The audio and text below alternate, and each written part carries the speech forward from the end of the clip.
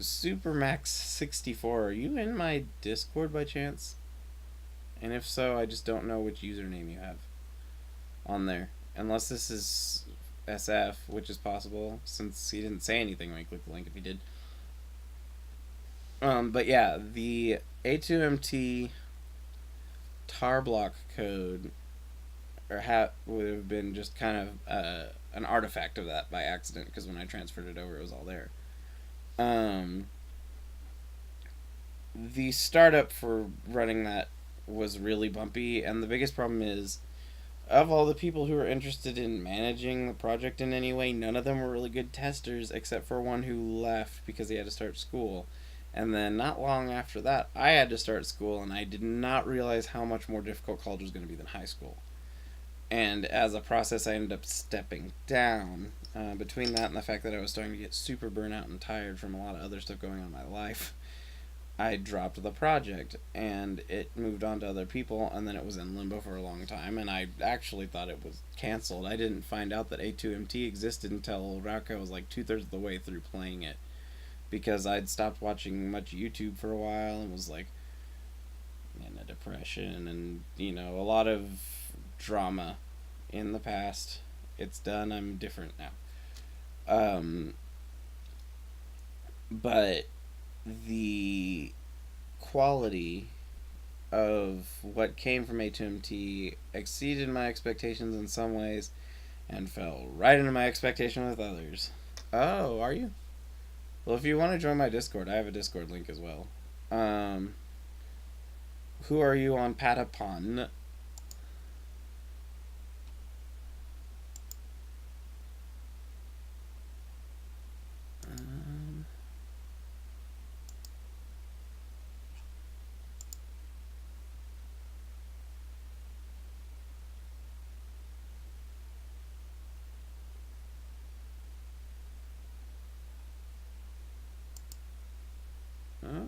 This is not the right place. Here we go. Yeah, I don't know. Well, I'm guessing you probably answered me by now. No, you haven't. So the base ROM of A2MT was me pulling as many of the resources from Hacks 101 as I could, and I just deleted all my levels so that it had a starting place. And Flame of Doubt and I were the ones who originally kind of headed up the project, as well as a couple people who I won't mention because I ended up having qualms with them, and I don't really want to start drama with them.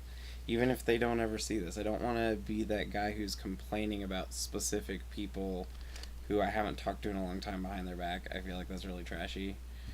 I'll complain about people I still know behind their back because eventually I'm going to have the argument with them face to face anyway. I'd still try not to talk behind their back unless I'm super burnt out or upset. But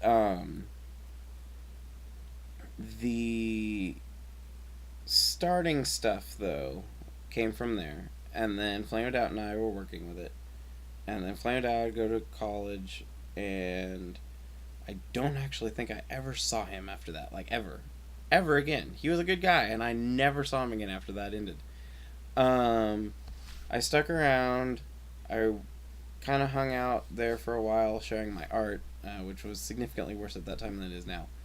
Because, so since Raukau's not going to see this, because as far as I know, he doesn't even watch my stuff, so even if he did catch up to this, he wouldn't know. This is a couple of the ones I've been working on today.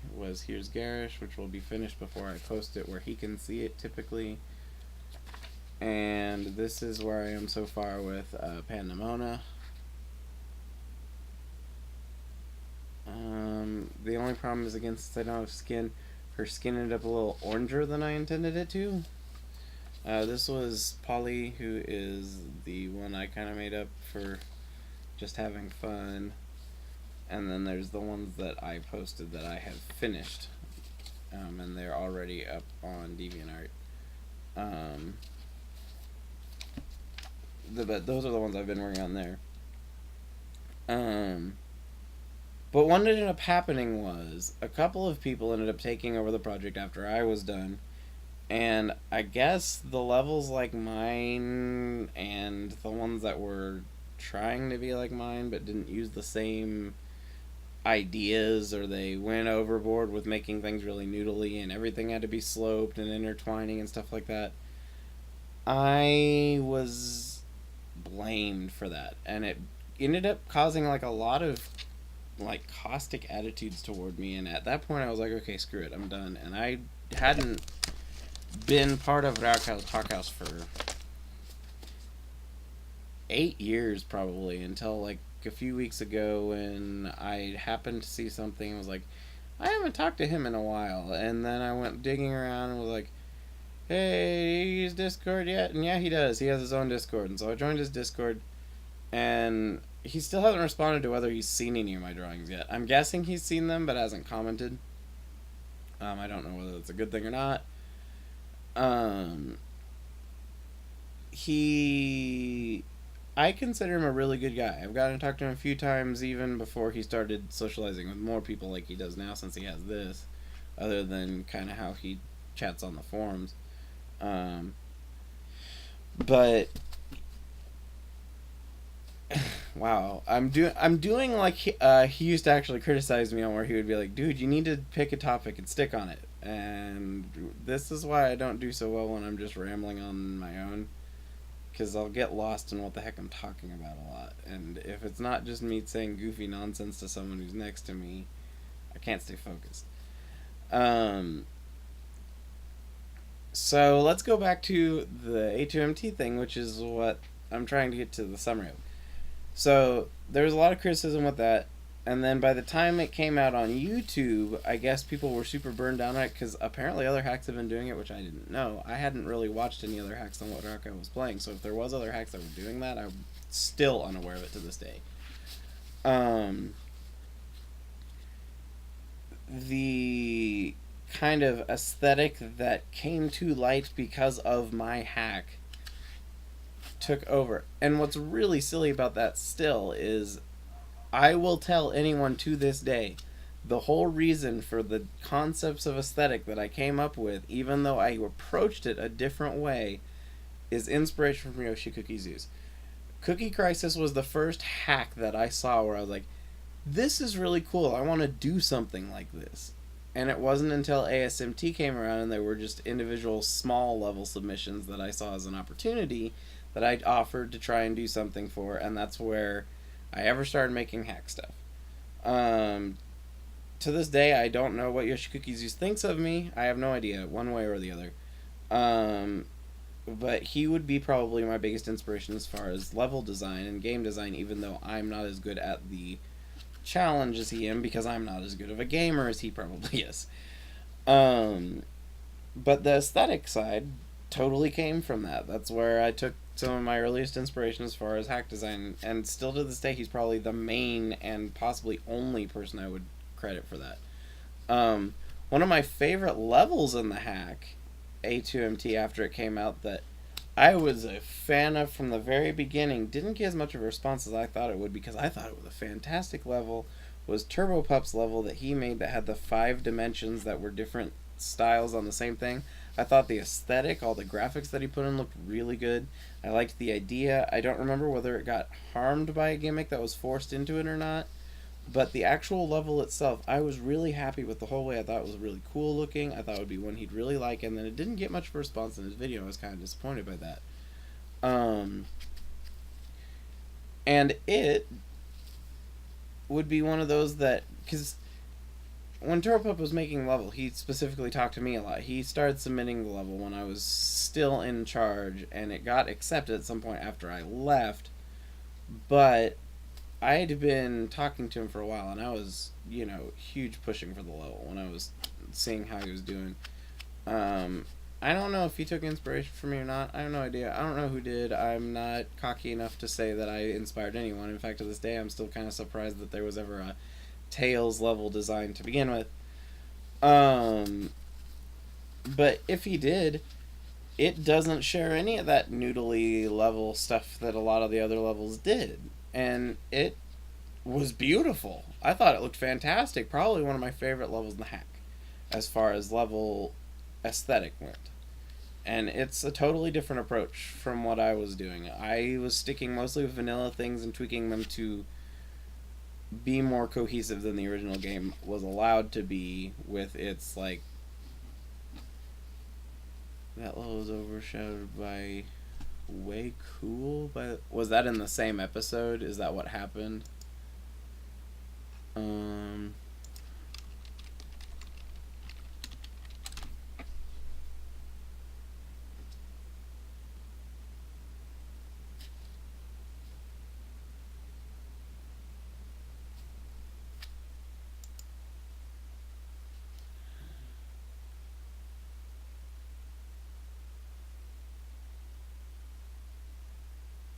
Betrayal Rock.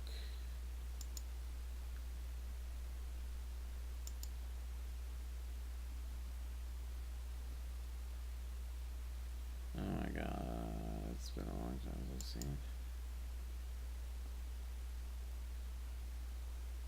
32, 30, 38.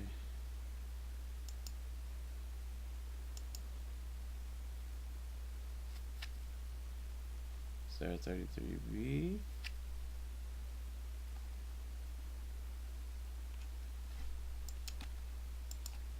A2MT Turbo Pup.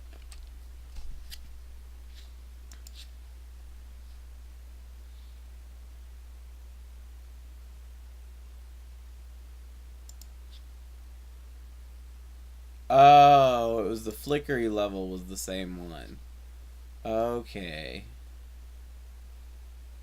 Yeah, okay, so let's see here. I'll show you from. So this is Turbo Pup's level. Well, no, this is still way cool here at the end. Finishing up right here. So this is way cool, and it had a neat idea. I liked this idea, and I felt like it did a decent job, but I would say this is one of the things you'd have to use very sparingly in a hack, because if you did this for a long period of time, like a slow scrolling level like this has, it's going to be really hard on someone's eyes very quickly, especially because people usually expand this to a larger size than the regular screen is. I feel like it could be really painful on one's eyes very easily.